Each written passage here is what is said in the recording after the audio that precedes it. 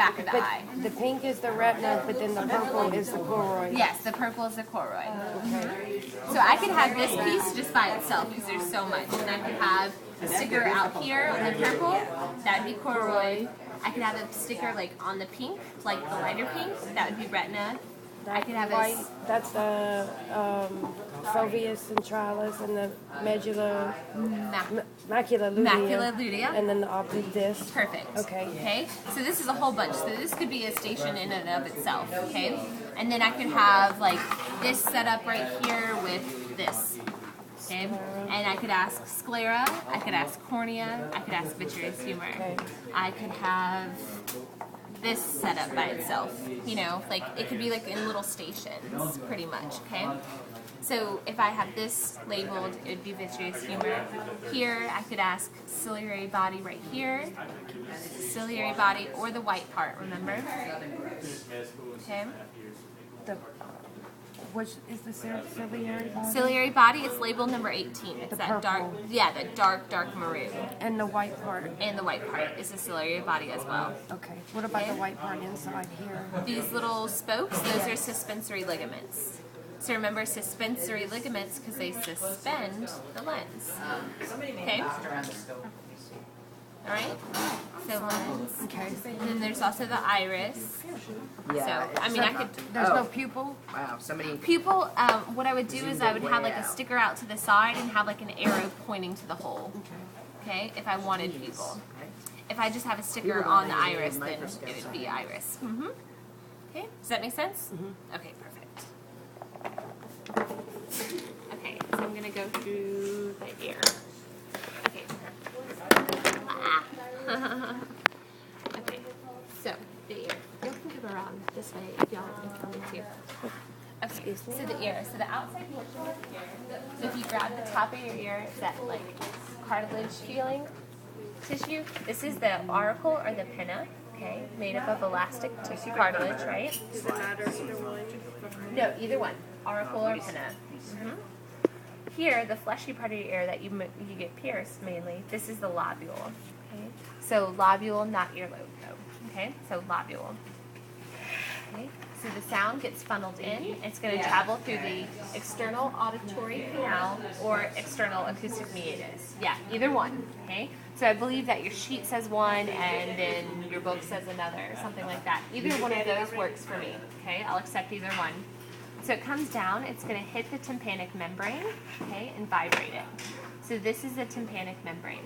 So think of tympani like a drum. It's a drum head, okay, like your eardrum. So tympanic membrane, not eardrum on the test though, tympanic membrane. Okay, so the tympanic membrane vibrates.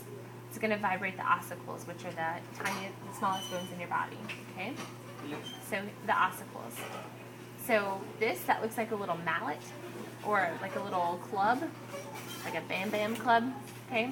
This is the hammer or the malleus, okay? Do you care which one? No, either one. For these, there's two names for all the ossicles. Either one's fine with me. The one that kind of looks like an ice pick, okay? Like a little ice pick, right? This is the anvil or the incus. Anvil or incus. And then right here, if anyone's like familiar with like horseback riding, this is the stirrups or the stapes. Okay, stirrups or stapes. At the base of the stirrups or stapes is the oval window. You can kind of see how the base of it is an oval shape. Okay, so if I'm asking stirrups, I'll have a sticker like on the stirrups. Okay, and you'll tell me stirrups or stapes. If I'm asking oval window, I'll have a sticker out to the side with an arrow pointing to the base of the stirrups, and that would be oval window. Okay, so how you know what I mean is if it's to the side and there's an arrow pointing to the base, I mean oval window. If I have a sticker directly on the stirrups or stapes, then you tell me stirrups or stapes. Okay, this big chunky area right here, this is the vestibule. Okay, and coming off of the vestibule, you have these three semicircular canals. Okay, which are involved in like your equilibrium and balance. Okay, it's going to be filled with a fluid. You don't need to know the name of the fluid. Okay, vestibule, semicircular canals. Right here, that looks like a little snail shell, is the cochlea. Okay, and then if you take this, oh, pull this open, the inside, or the snail's body, is going to be the organ of corti. Okay? Organ of corti.